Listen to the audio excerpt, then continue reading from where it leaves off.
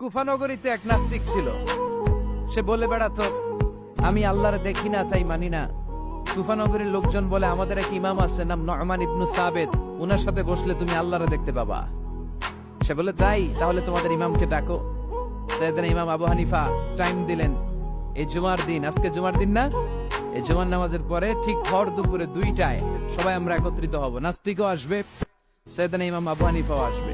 জুমার সালাতের পরে লোকের বন্যা বয়ে গেল, বাঁধ ভাঙা জোয়ার, অনেক মানুষ। নাস্তিক এসেছে, লক্ষ লক্ষ লোক এসেছে, আসে নাই ইমাম আবু হানিফা। আসে না আধা ঘন্টা, 1 ঘন্টা, 2 ঘন্টা পরে আসছে। নাস্তিক বলে, এই তোমাদের ইমাম যার কোনো সময়ের জ্ঞানী নাই, এর সাথে কিসের তর্ক? সাইয়েদনা ইমাম আবু হানিফা বলে, ইনদি উযর, আমার ওযর আছে। কি ওযর?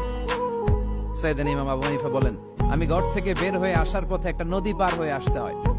আজকে এসে দেখি নদীর মধ্যে কোনো মানুষ টানুষ নাই, নৌকা নাই, মাঝি নাই, কিচ্ছু নাই। তো হঠাৎ দেখলাম পাশে বিশাল বড় একটা গাছ। এই গাছটা এমনি এমনি 2 ভাগ হয়ে গেল। হঠাৎ গাছ থেকে এমনি এমনি লম্বা তক্তা হয়ে গেল, এমনি এমনি তক্তাগুলো জোড়া লেগে নৌকা হয়ে গেল। আর নৌকা আমার সামনে আসলো, মাঝি ছাড়া, লগি বৈঠা ছাড়া। আমি নৌকায় যেয়ে বসলাম, নৌকাটা আমার নিয়ে টান দিয়ে সাঁ করে ওপার নিয়ে গেল। তো এই যে এই কাজগুলোর প্রসেসিং গুলো হতে আমার 2 ঘন্টা সময় লেগেছে। নাস্তিক কয়, তগ ইমাম গাঞ্জা খাইছে, মাথার তার ছিঁড়া গেছে, নাহলে কোনো সুস্থ মানুষ এই কথা বলতে পারে? এমনি এমনি নাকি গাছ ভেঙে তক্তা হয়, এমনি এমনি নাকি তক্তা লেগে নৌকা হয়, এমনি এমনি নাকি মাঝি ছাড়া নৌকা চলে? সাইয়েদনা ইমাম আবু হানিফা বললেন, এই তো আপনি লাইনে চলে আসছেন, আপনারে বুঝানো এখন আমার খুব সহজ হবে। এমনি এমনি গাছ কাটে না করাত ছাড়া, এমনি এমনি তক্তা জোড়া লাগে না, নৌকা হয় না মিস্ত্রি ছাড়া, এমনি এমনি নৌকা চড়ে না মাঝি ছাড়া। তাহলে এত বিশাল বড় আকাশটা কেমন করে এমনি এমনি হলো? জমিনটা কেমন করে এমনি এমনি হলো? সাগর, মহাসাগর, পাহাড়, মরুভূমি কেমন করে এমনি এমনি হলো? এগুলোর একজন স্রষ্টা আছে না নাই? নাস্তিক কয়, তাই তো, আসলেই তো আমি হাদারাম, আসলেই তো আমি উল্লুক্কা পাঠা।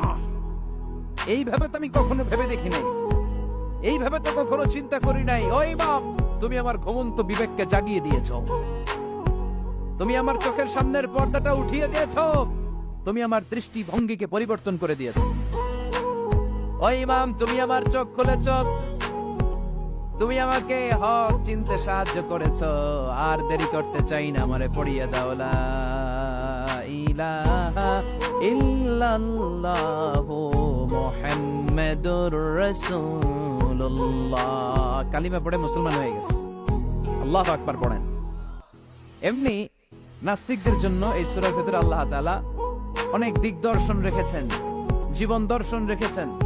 আল্লাহ বুঝাতে চান যে, গোলাম, আমারে চেনার জন্য, আমারে দেখার জন্য তো ডক্টরেট ডিগ্রি লাগবে না, তোর ব্যাচেলর ডিগ্রি, মাস্টার্স ডিগ্রি লাগবে না। তুই আমার সৃষ্টির দিকে একটু নজর করে তাকা, একটু ঠান্ডা মাথায় চিন্তা করে দেখ, একটু সাগরের দিকে তাকা, একটু নদীর দিকে তাকা, একটু পাহাড়ের দিকে তাকা। তাকালেই তুই বুঝবি সামওয়ান ইজ কন্ট্রোলিং এভরিথিং। একজন এমডি আছে, ম্যানেজিং ডাইরেক্টর, মহা ব্যবস্থাপক, যিনি গোটা বিশ্বের সব ব্যবস্থাপনার আঞ্জাম দিচ্ছেন। চিল্লায় বলেন ঠিক কিনা?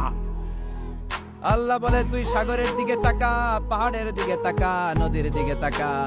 সাগরের দিকে তাকালে আমি আল্লাহরে খুঁজে পাবি। ঝর্ণার দিকে তাকা, ঝর্ণার মধ্যে আল্লাহর নিদর্শন আছে না নাই? ঝর্ণা আছে না?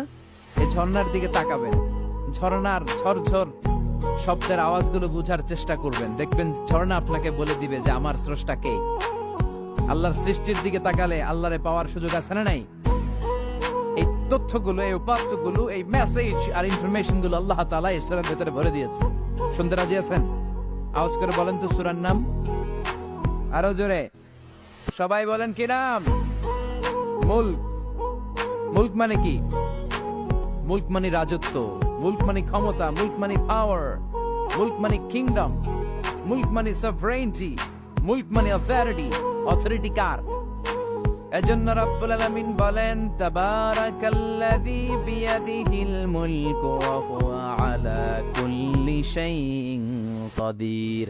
সুবহান সেই সত্তা যার হাতে ক্ষমতা, আর তিনি সকল কিছুই করতে ক্ষমতাবান, সবকিছুর উপর কর্তৃত্বশীল। চিল্লায় বলেন ঠিক কিনা? তাবারাকাল্লাযী, সুবহান তিনি, বিয়াদিহিল মুলক, যার হাতে ক্ষমতা। ক্ষমতা কার হাতে? নাকি প্রধানমন্ত্রীর হাতে, র্যাবের হাতে, পুলিশের হাতে, আমনেগো হাতে? আপনারা তো কোন ক্ষমতা সব আমগো হাতে। সকল ক্ষমতার উৎসকে, সকল ক্ষমতার উৎস আল্লাহ, কিন্তু আমরা বলে থাকি সকল ক্ষমতার উৎস জনগণ। এটা যুক্তিতে টিকে না।